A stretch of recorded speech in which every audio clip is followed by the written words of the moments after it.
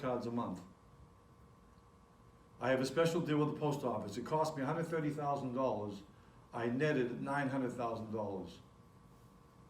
She's not, you're in the real estate business, she's in the direct mail business. Now, if you go to an Inman conference, do you think people are going to be telling you to do postcards?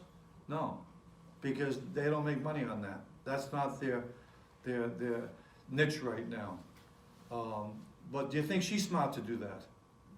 Now, do you think she'd invest $130,000 into her career if she wasn't supremely confident she'd get listings when she gets leads? No, because it's a form of arbitrage. See, some of you will not invest heavily into your career because you don't think that any opportunity you're going to convert it. And you may go through your career saying, well, my problem isn't the listing presentation. I get 90%, yeah, friends and family and referrals. But if you're going to be a prodigious listing agent, you have to be supremely confident. You have to get to the point, and this is the point I got to, that I truly believe people would start to literally start crying if I wouldn't represent them. And I'm not hyperbolic, and I'm not exaggerating. And I can give you examples of that because of where I took them in terms of the marketing of their property. Now, what was her messages on these postcards? It must have been unbelievable. Oh yeah, get a load of them. Thinking of selling.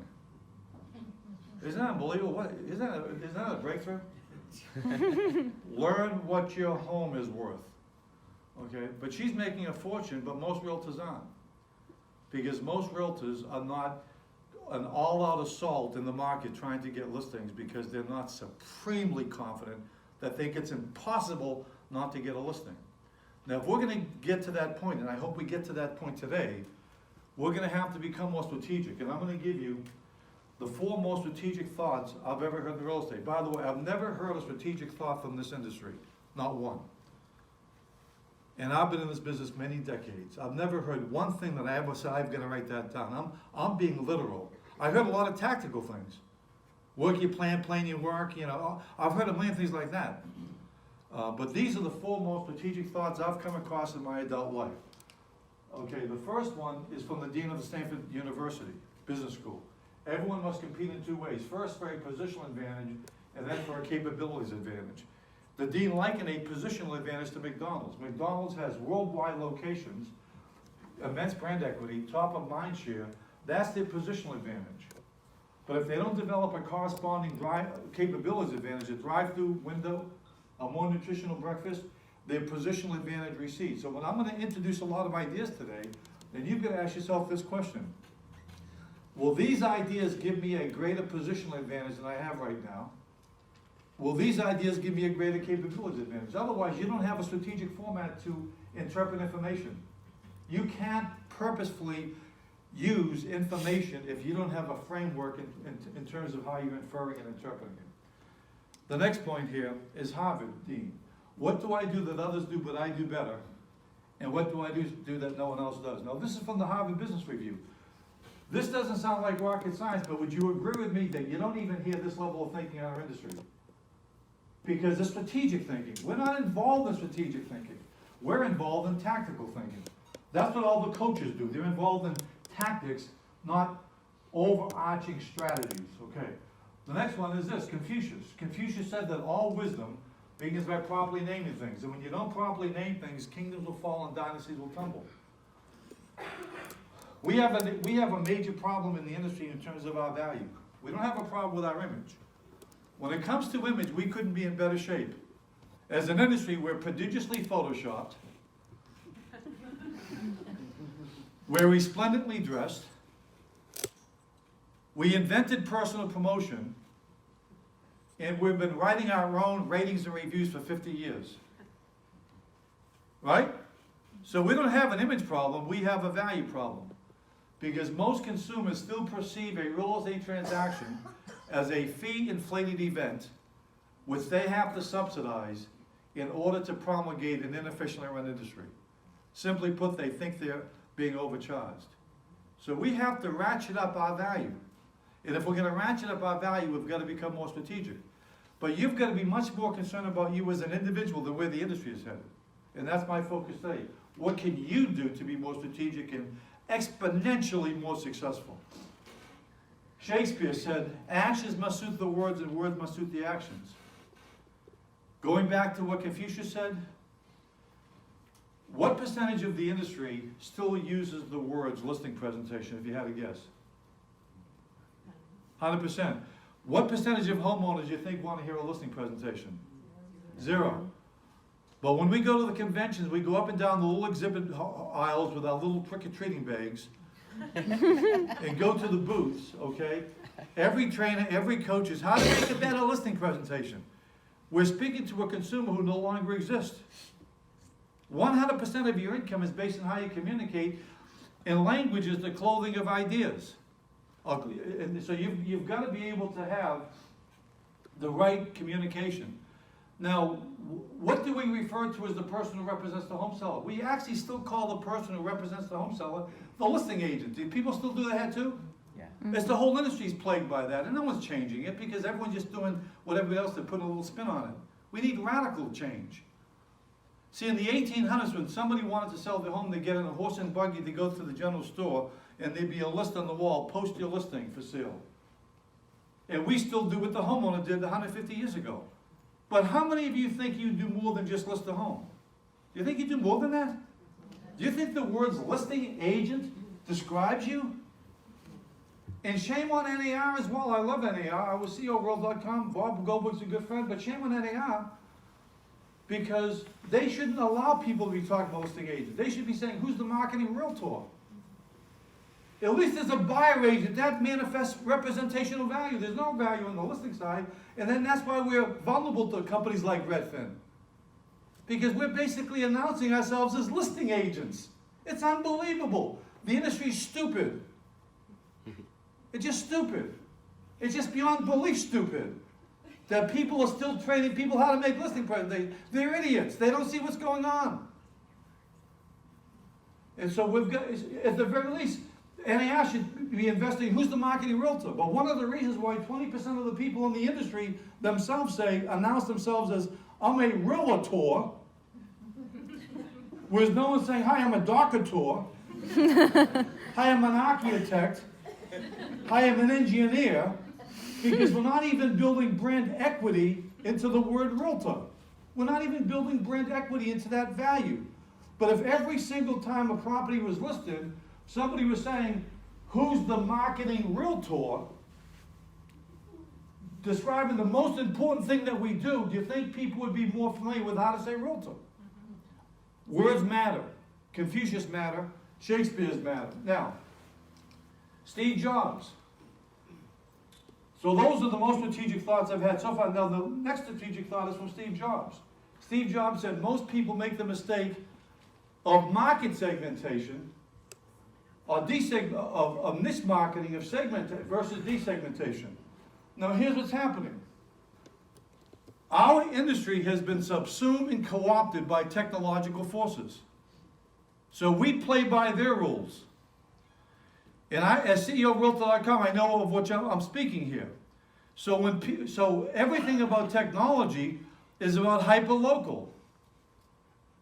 And so what that has done is that it constricts and it basically shackles realtors from painting on a larger canvas.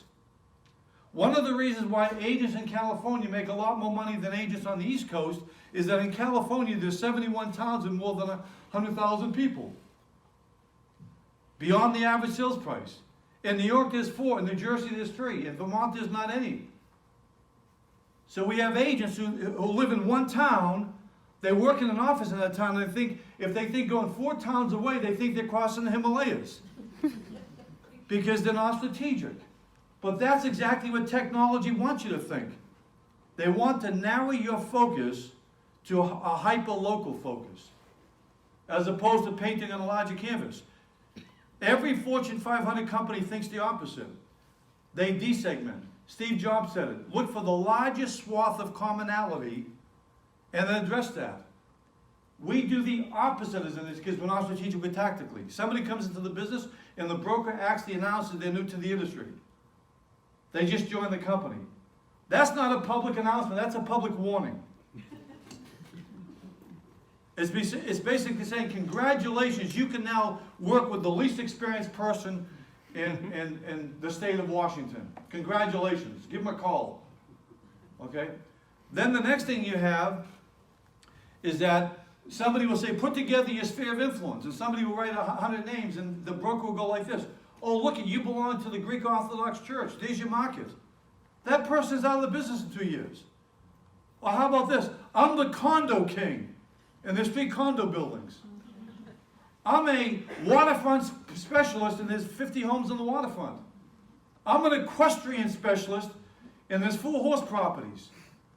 Because that's a person who's thinking of segmentation as opposed to desegmentation. The business doesn't scale unless you're into desegmentation. Am I making sense with you? It doesn't scale unless you're getting into desegmentation. And these are not the thoughts you're hearing from anybody else, because they're not into, these aren't my thoughts. These are Shakespeare's thoughts, Confucius' thoughts, Steve Jobs' thoughts, the Dean of Harvard's thoughts, the Dean of Stanford. That's how they approach business, okay? Now, the other thing that's inspired me, what I've done with Real Living, is something called the Marvel Method. Stan Lee was the progenitor of all the Marvel comic iconic figures. And the Marvel Method is that you first develop the character, and then everything that ensues has to be consistent with that character. Real Living evolved in the opposite direction. Real Living started as Better Homes and Gardens. People, are you aware of that? It went from Better Homes, you're aware of that, Chad, right? It went from Better Homes and Gardens to what? No. Her. No. Company called GMAC. Yeah. Oh, okay, yeah. So it went from Better Homes and Gardens. I can see why you repress all this. It went from Better Homes and Gardens to GMAC. And then when it went from Better Homes and Gardens to GMAC, they even took the house and the trees from the Better Homes and Gardens logo and put that into GMAC. So it didn't follow the Marvel method. It was a hybridization method. It took different pieces as opposed to looking at the distinct properties embedded in a brand and evolved the brand based on that. So when I've come in a year and a half ago, I have done, and I'm in the process of doing a massive transformation of how we present the value of Real Living. Chad, with Holly, would you agree with that? It's a massive transformation, but it doesn't matter if you're not doing it. If you're not in step with what's going on, you are not going to create supreme confidence. It's almost impossible for people not to list with you. So let's talk about it. So I put together a little pyramid so we could basically synthesize all the things I've been working on to make these changes. Now, and this is not something you're going to communicate directly to the homeowner. I'm going to get to that. But everybody here needs to know who you're a member of, what you belong to, okay? And that's what this is for. So I put together a pyramid. And I took the pyramid idea from Gino Blafari, who's the chairman of HSF, who built one of the largest companies in the country from scratch, Intero. And he had the Intero value pyramid, and every person in the company was very familiar with it. So I took that idea, let me put everything into a pyramid. Now, down the bottom, you have Real Living related resources. Now, what does that mean? That means that HSF, which also oversees Berkshire Hathaway Home Services and Real Living, all of the technology, all of the marketing, all of the education, and all of the consulting value that Berkshire Hathaway Home Services has provided, which then they private label, they personalize, is also dedicated towards Real Living. But there's something that goes beyond it. There's another company here that we're a part of. How many of you have ever heard of a company called Home Services of America? May I see raise your hand? How many of you are aware that Home Services of America is the single largest and most successful real estate organization in the history of the free world? Are you aware of that? Yes. Okay. Now, dealers, but most aren't. So when you're making a listing presentation, how many of you ever worked for C21? May I see your hands? When you work for Century 21, were you ever encouraged to say to home sellers, we're America's #1 top seller? We sell the most? Were you ever encouraged to talk how big C21 was? Okay, exactly. Now, but it was completely irrelevant, but you were asked to talk about it. Now, here's why it was completely irrelevant. Because if you were doing your CMA for a property on the river here, and you had you belonged to a C-21 office, and somebody said to you, you got an email from New Jersey